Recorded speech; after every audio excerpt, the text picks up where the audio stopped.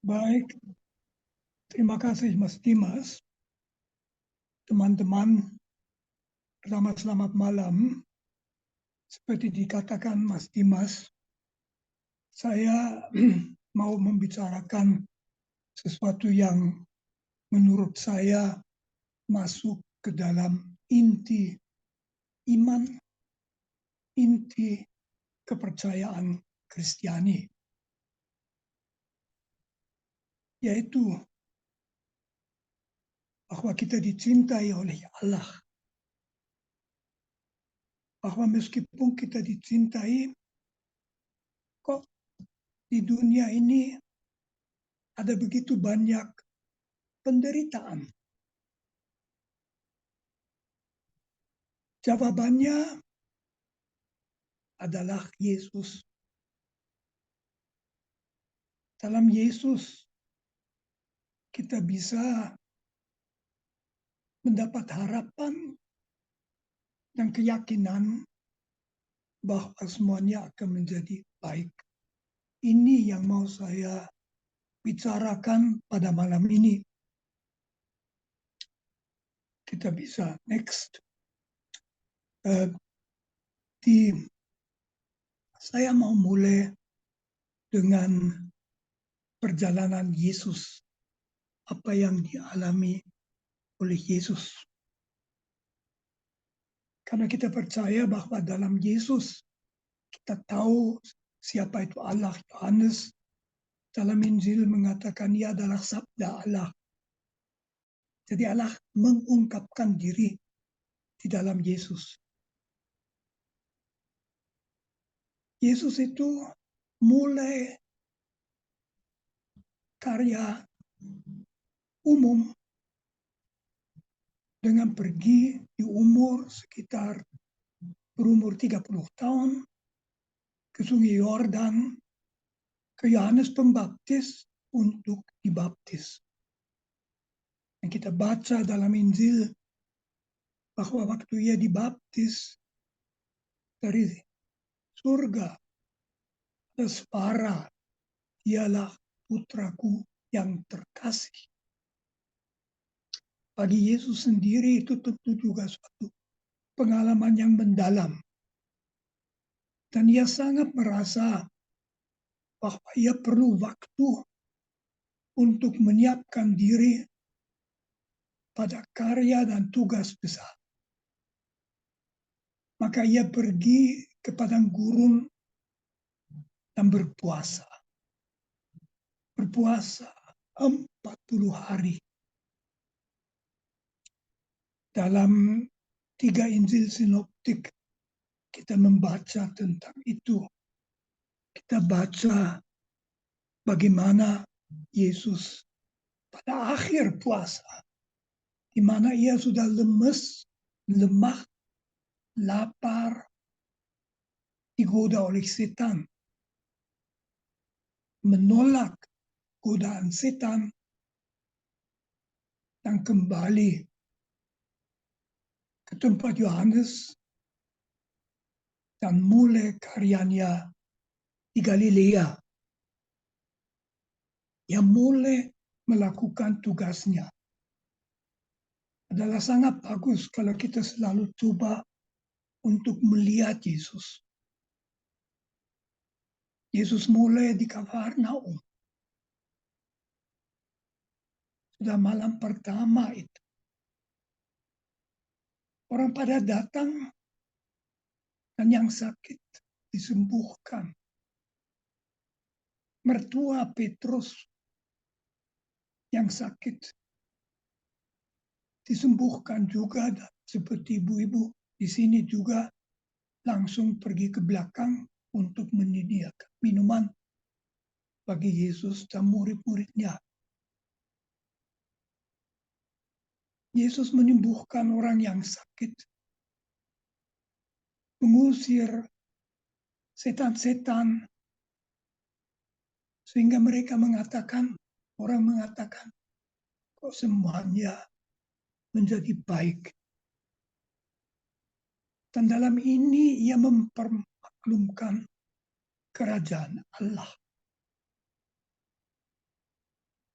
Tapi kerajaan Allah yang dipermaklumkan bukan pengembalian, restorasi kerajaan Daud, suatu kerajaan politik, sesuatu kekuasaan,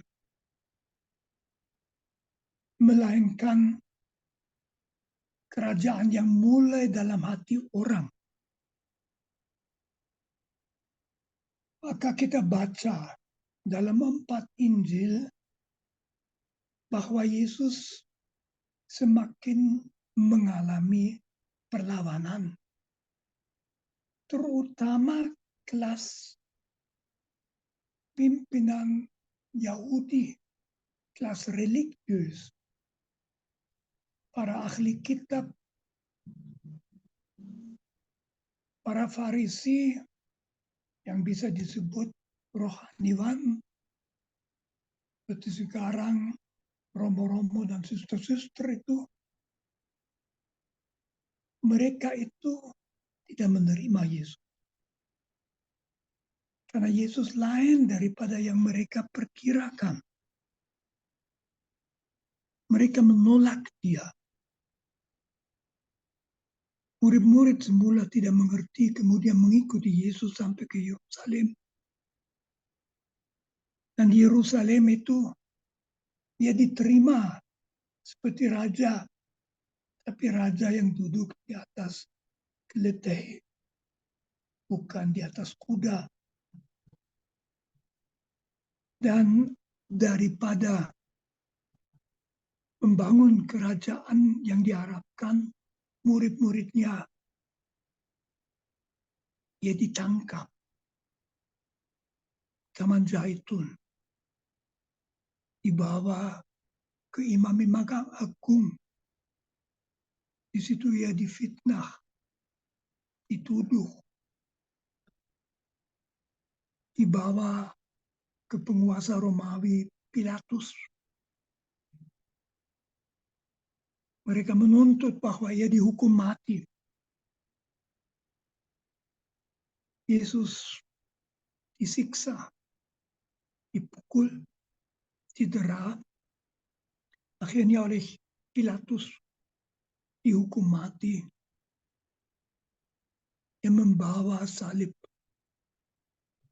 ke tempat yang namanya Golgota, dan di situ ia disalib, dipaku pada salib. Tetapi pada hari ketika ia bangkit dari mati, dan ia membuka jalan ke keselamatan. Dan lalu para murid baru mulai mengerti. Mereka mengerti bahwa harus mengikuti Yesus. Dan yang mengikuti Yesus, dia akan selamat. Kita pun percaya pada Yesus. Kita mengikuti Yesus dan mengharapkan selamat. Next. Tetapi jelas juga bahwa kita memerlukan penyelamatan. Kita memerlukan penyembuhan. Sejarah umat manusia adalah sejarah penuh penderitaan. Israel saja. Israel yang dibawa dengan tangan kuat Allah ke Palestina dari Mesir. Kerajaan Daud tidak bertahan. Akhirnya hancur sama sekali. Harapan akan suatu kerajaan seperti itu gagal. Orang-orang Yahudi dipencar di seluruh dunia. Dunia adalah penuh penderitaan. Sejauh kita ingat selalu ada perang-perangan. Perang itu sesuatu yang mengerikan. Zaman dulu, zaman sekarang, penghancuran, luka-luka, pembunuhan, kehancuran. Dunia juga penuh dengan ketidakadilan, di mana yang berkuasa itu bisa memaksakan kehendaknya dan orang kecil tidak berdaya. Dunia penuh kejahatan dan kebrutalan. Dan tentu juga penuh dengan segala macam penyakit. Gelombang terakhir COVID itu. Dan ada satu hal yang begitu mencolok. Di dalam dunia ini ada korban. Begitu banyak orang yang menjadi korban. Ya, kita tahu kisah, juga suatu kisah yang tidak mudah dimengerti, di mana Allah menyuruh Abraham mengorbankan anaknya Ishak. Abraham taat. Ishak dibelenggu. Pada saat Abraham pasti dengan hati yang amat berat, tidak mengerti, mengangkat pedang. Allah mengatakan, berhenti. Tapi kebanyakan korban di dunia tidak ada yang mengatakan berhenti. Ada segala macam korban yang orang lemah menjadi korban. Korban yang dibunuh, korban yang disiksa, korban yang kehilangan anggota tubuh dan sebagainya.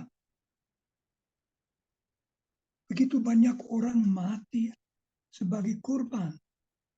Sepertinya hidup mereka itu percuma. Hanya hidup untuk kemudian berakhir sesal. Indonesia pun ada banyak korban. Ada sejarah korban. Ada saat-saat, misalnya 6566, juga 78. Tetapi juga di waktu lain banyak korban, banyak ketidakadilan, banyak keputusasaan. Dan kita sendiri barangkali mengalaminya juga. Ada korban yang merasa kecewa, harapan-harapan mereka tidak terpenuhi. Korban kekejaman, konflik perkelahian, kekerasan, korban kekerasan hati, korban ketidakpedulian. Orang dibiarkan saja, siapa yang peduli. Ada orang yang mengalami kesedihan misalnya karena orang yang dikasih itu mati. Begitu banyak tetes tangisan yang dicurahkan. Dalam situasi ini, kita percaya bahwa dalam Allah segala-galanya akan menjadi baik. Karena Allah adalah kasih. Dalam kitab Wahyu ditulis bahwa segenap tetes tangisan akan dihapus dari muka kita.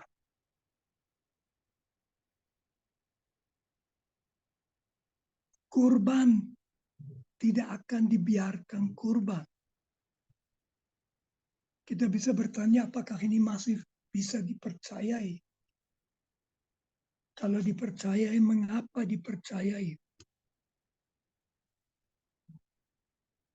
Di Indonesia saya belum melihat tanda-tanda bahwa kepercayaan itu berkurang. Tetapi di banyak negara, misalnya di negara kelahiran saya, Jerman, itu jumlah yang percaya pada Allah terus berkurang. Orang yang meninggalkan gereja baik Katolik maupun Protestan tahun yang lalu 2022 550.000 orang Katolik resmi meninggalkan gereja, Protestan juga 500.000. Orang Kristen di Jerman sudah minoritas. Hanya 40% yang masih percaya.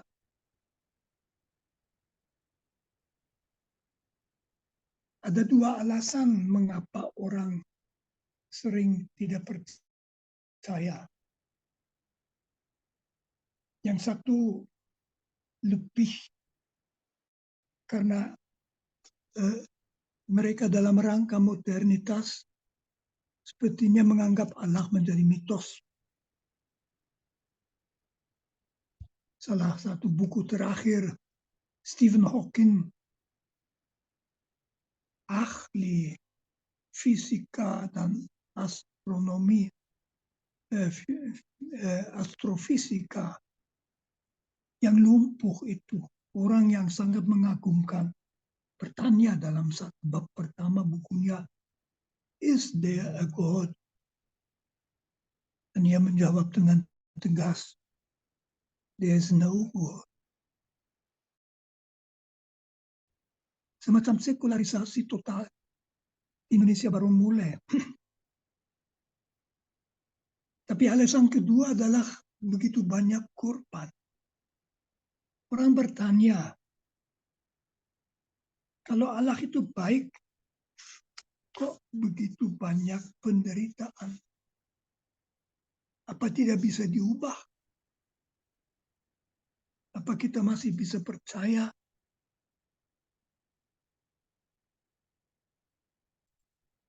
Next.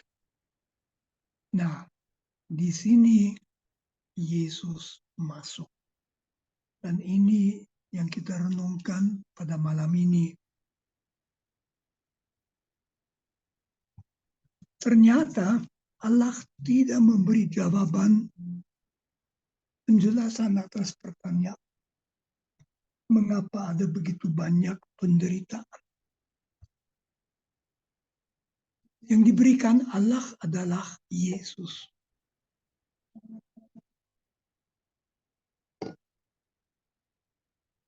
Yesus adalah Allah beserta kita, Immanuel.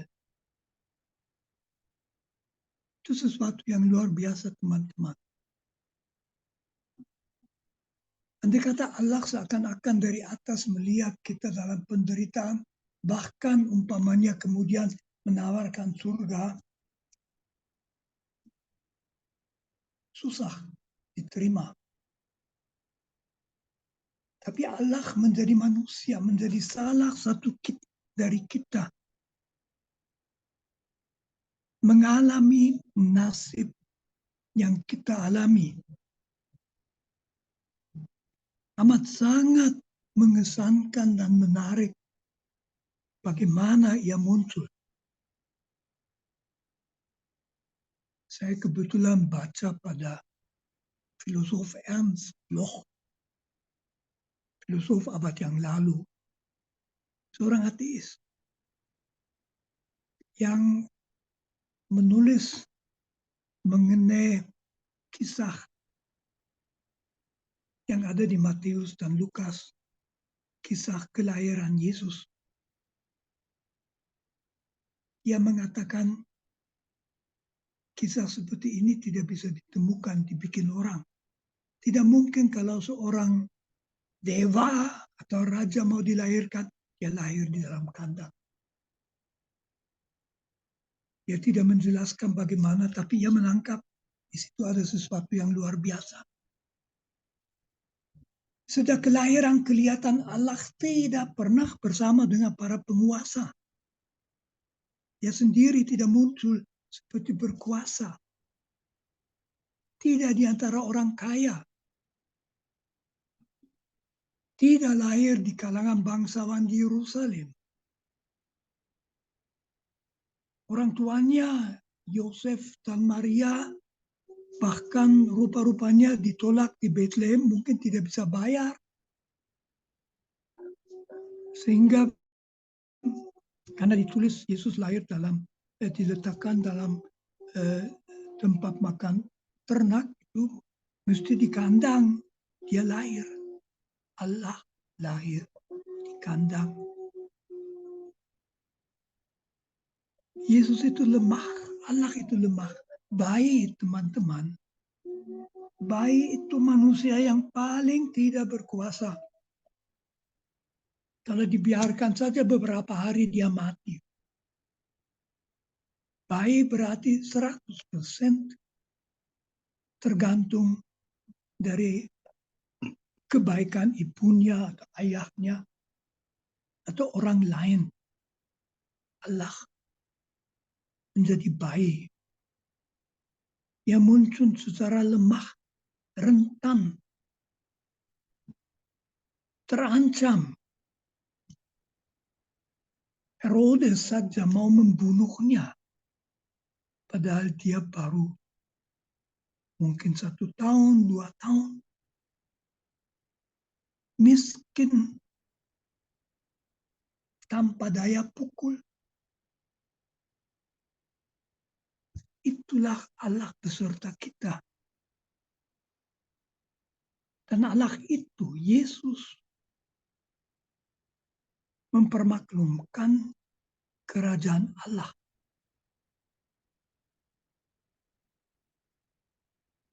Tanpa ada uang, tanpa ada ancaman, tanpa ada kekuatan yang memaksa. Yang ada hanya himbauan.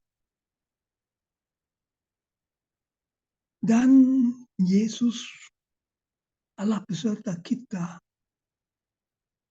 tidak mengembalikan kerajaan Daud. Dia mati di Golgota.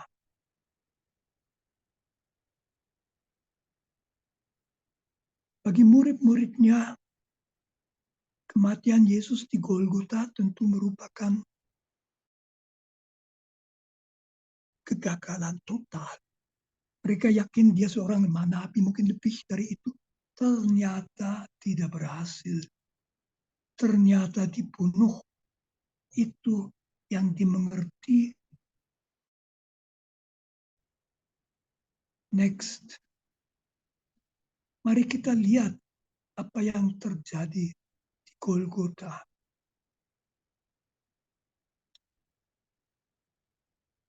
Di Golgota, kita harus sadar bahwa itu sesuatu yang sangat mengerikan. Dari Injil kita tahu bahwa Yesus cukup cepat sadar bahwa kalau ia ke Yerusalem, ia justru tidak sebagai pemenang,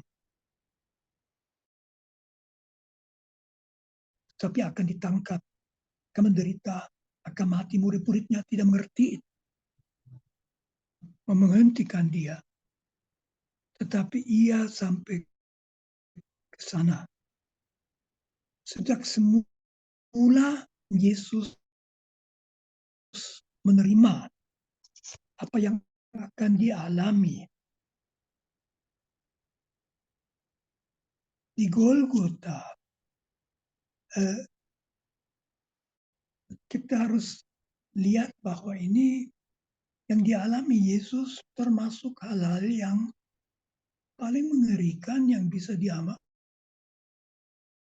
seseorang.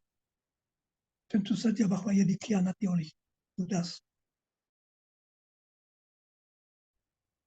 muridnya yang dicintainya. Kemudian ia ditangkap. Ia difitnah, ia diludahi. Tempeling, ditertawakan.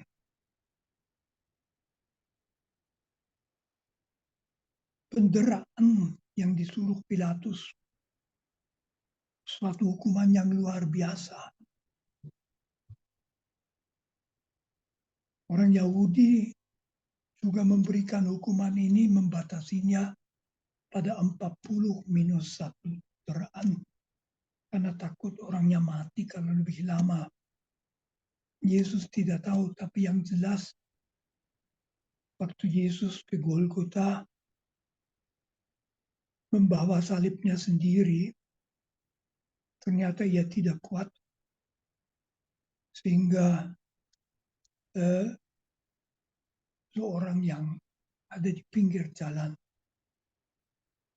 dipaksa untuk memikul salib supaya Yesus bisa sampai masih hidup sampai ke Golgota. Penyaliban sendiri merupakan salah satu hukuman yang paling menyiksa dan paling buruk yang ditemukan oleh manusia. Anda bisa bayangkan. Orang diletakkan, ditelanjangi, lalu diletakkan di atas kayu itu. Lalu tangannya bukan di tengahnya ini, tetapi di sini tusuk dengan paku sampai kuat pada kayu. Begitu juga kakinya, dia duduk di atas suatu kayu yang keluar supaya tubuh tidak menariknya ke bawah. Duduk itu tentu juga amat menyakitkan karena itu kayu keras. Dan dalam keadaan itu, dia lalu tergantung berjam-jam. Tidak banyak hukuman yang sedemikian menyiksa. Sedemikian mencontohi bahwa orang itu hancur. Tetapi teman-teman, dan itu yang penting, Yesus itu tetap percaya pada Bapa. Kita ingat, Yesus berteriak, Eli, Eli, lama sabachthani. Eli, El itu Allah, Tuhan. I adalah ku, jadi oh Allahku, oh Allahku, mengapa kau meninggalkan aku?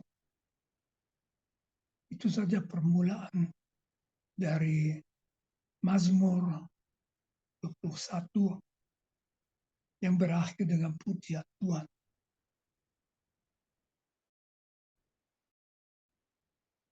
Dan kemudian sebelum meninggal, dia berdoa, jangan memperhitungkan pada mereka yang melakukannya. Di salib pun Yesus mencintai kita. Dan terakhir aku menyerahkan nyawaku ke tangan kamu ya Bapa. Meskipun merasa ditinggalkan oleh Bapa dalam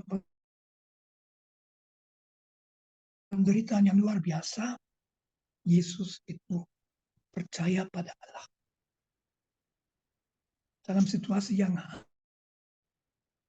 kasih dan kepercayaan Yesus itu tidak hancur. Dan dengan demikian waktu ia mati, ia kembali pada Allah Bapa dan bangkit dari mati. Dan semua yang mengikuti dia dan mempercayai dia akan ditawari.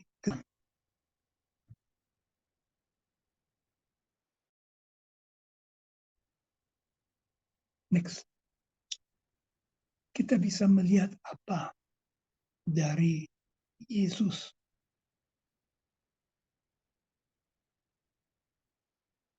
dalam situasi kita sebagai manusia, yaitu bahwa Allah beserta kita. Allah tidak dari jauh melihat apa yang kita derita, melainkan Ia tahu yang mengalami yang kita derita. Dia tahu segala macam hal kalau dikhianati, dibenci, difitnah, disiksa, dibunuh. Maka dari itu Allah satu dari kita. Dan dalam Yesus kita tahu kalau kita tetap percaya dan tetap memberi ruang kepada kasih dalam diri kita, kita akan selamat. Kita akan merasakan rangkulan kasih Allah.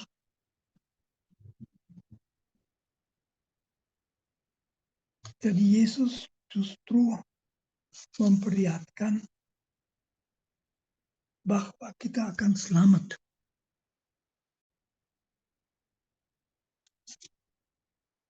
Andai kata tidak ada Yesus,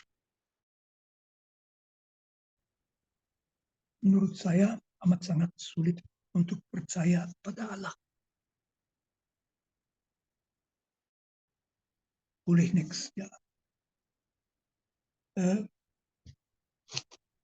Karena kita lalu tidak mendapat jawaban atas pertanyaan, kalau Allah itu baik, kok begitu banyak orang dibiarkan menderita? Itu suatu pertanyaan yang amat sangat berat bagi banyak orang dan mereka tidak bisa menjawabnya. Tapi kita tahu dari Yesus, Allah tidak memberi jawaban. Kita memang perlu percaya bahwa Allah tahu lebih baik daripada kita. Mengapa Ia menciptakan alam raya dan menciptakan dunia dan menciptakan manusia dengan dunia manusia yang seperti yang kita alami. Tetapi jawabannya adalah bahwa Ia bersama kita. Ia tidak menuntut sesuatu dari kita yang Ia sendiri tidak alami. Ia tahu apa yang kita alami. Itu yang saya lihat itu luar biasa dalam Yesus. Tanpa Yesus, Allah seakan-akan jauh di atas, jauh dari kita. Kita tidak akan mengerti. Tapi dalam Yesus, Allah beserta kita. Dan karena itu kita dapat percaya bahwa itu baik. Bahwa Allah itu baik. Janji Allah akan dipenuhi. Karena ada Yesus. Karena Yesus itu umat Kristiani sejak permulaan. Di mana mereka menjadi underdog. 300 tahun lamanya orang Kristiani adalah orang yang lemah, tidak punya kekuatan politik, dikejar-kejar, sering dibunuh demi iman.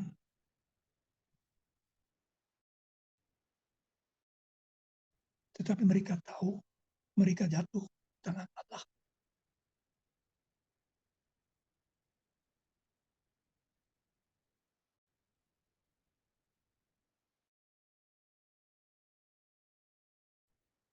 Next. Di situ kelihatan bahwa Allah adalah kasih. Kasih bisa kita renungkan sedikit.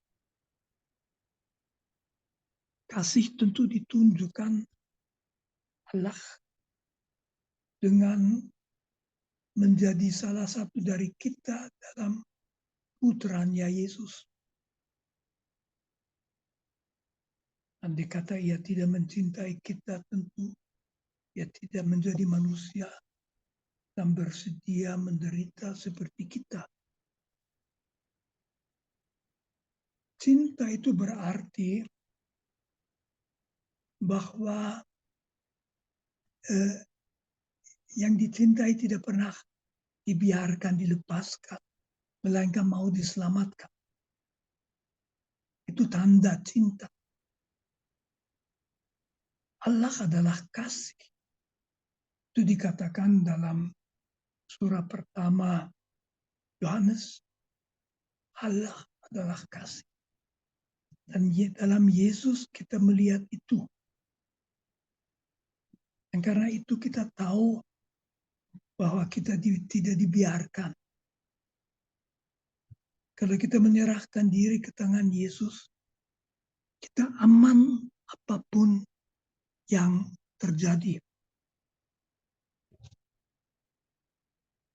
Itu juga berarti para korban semua akan diakui.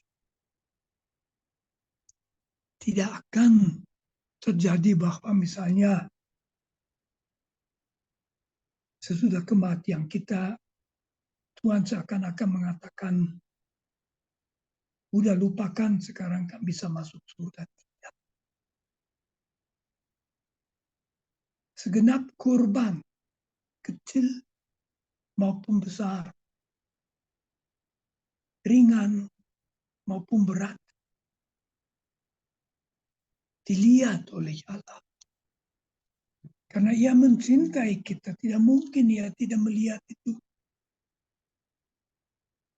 Dan akan diakui sebagai korban. Dan akan mengalami kasih Allah.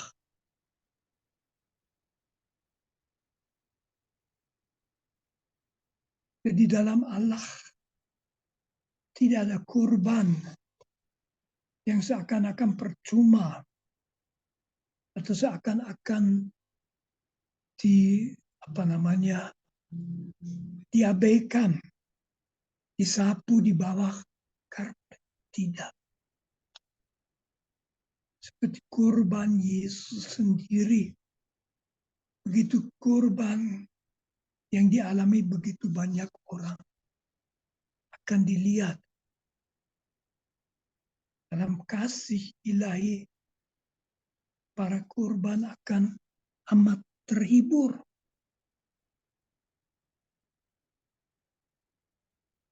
Bahkan kita boleh mengharapkan dalam kasih ilahi, para penjahat, mereka yang melakukan, bikin orang lain menjadi korban, mereka pun dikasihi.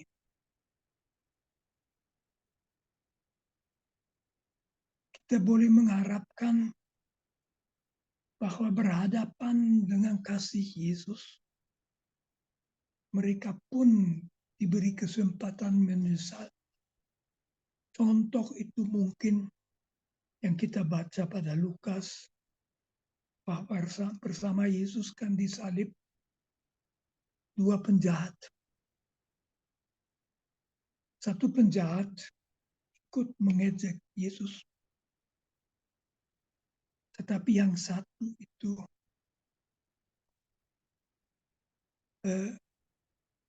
menegur, mengakui bahwa ia salah.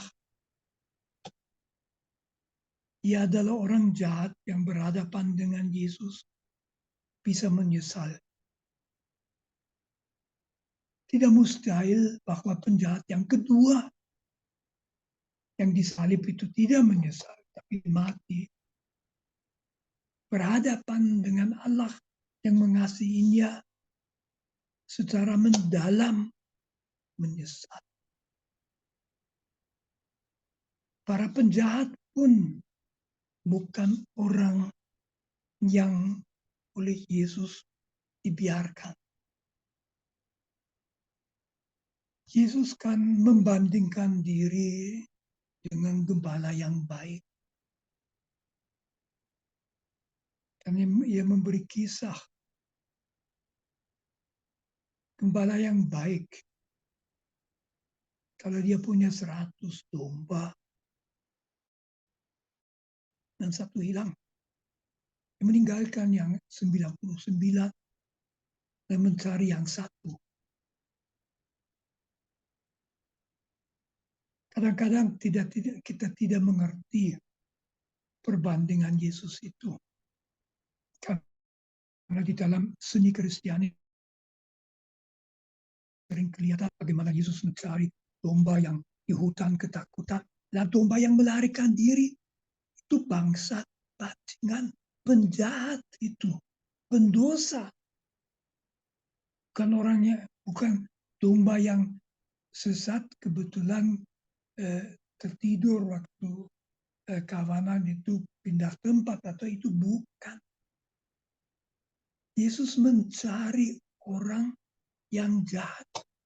Yang mungkin kalau kita manusia bilang, ya biarin saja dia.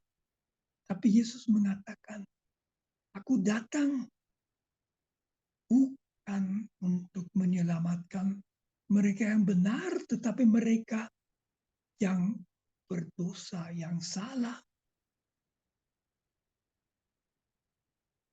Itu luar biasa. Kasih ilahi kelihatan di dalam Yesus. Kita boleh mengharapkan bahwa setiap orang akan diberi kesempatan untuk berbalik kembali pada Yesus. Kalau dia seorang penjahat, kalau dia berbuat yang buruk, dia diberi kesempatan untuk menyesal dalam-dalamnya. Dan tentu kalau ia menyesal, para korban dapat mengampuni. Dan di hadapan Tuhan, segala-galanya menjadi baik. Maka karena Yesus mati di salib, kita boleh percaya yang dikatakan Yesus bahwa Allah adalah kasih. Allah itu mencintai kita. Dia mau bersama kita. Seperti seorang ibu yang juga mencintai anaknya yang mungkin nakal atau tidak baik. Yesus tidak akan membiarkan siapapun begitu saja hancur. Itu sebab kita percaya pada Allah. Dia bisa percaya karena ia dalam Yesus datang kepada kita. Itu yang kita rayakan di masa Prapaskah dengan puncak Minggu Sengsara dan Minggu Suci itu. Mulai dengan Minggu Palem sampai Kamis, Jumat Suci, dan akhirnya perayaan Paskah itu sendiri. Kita dapat selamat. Dengan demikian, pertanyaan yang kita bicarakan, betul ada banyak penderitaan. Betul dari perspektif kita dalam situasi barangkali tanpa harapan. Tetapi Allah tidak meninggalkan kita, mencintai kita masing-masing. Dia sendiri tahu apa yang kita alami. Dia bukan Allah yang jauh di atas. Dan kalau kita mengikutinya, kita dapat selamat. Ya ini untuk sementara. Terima kasih.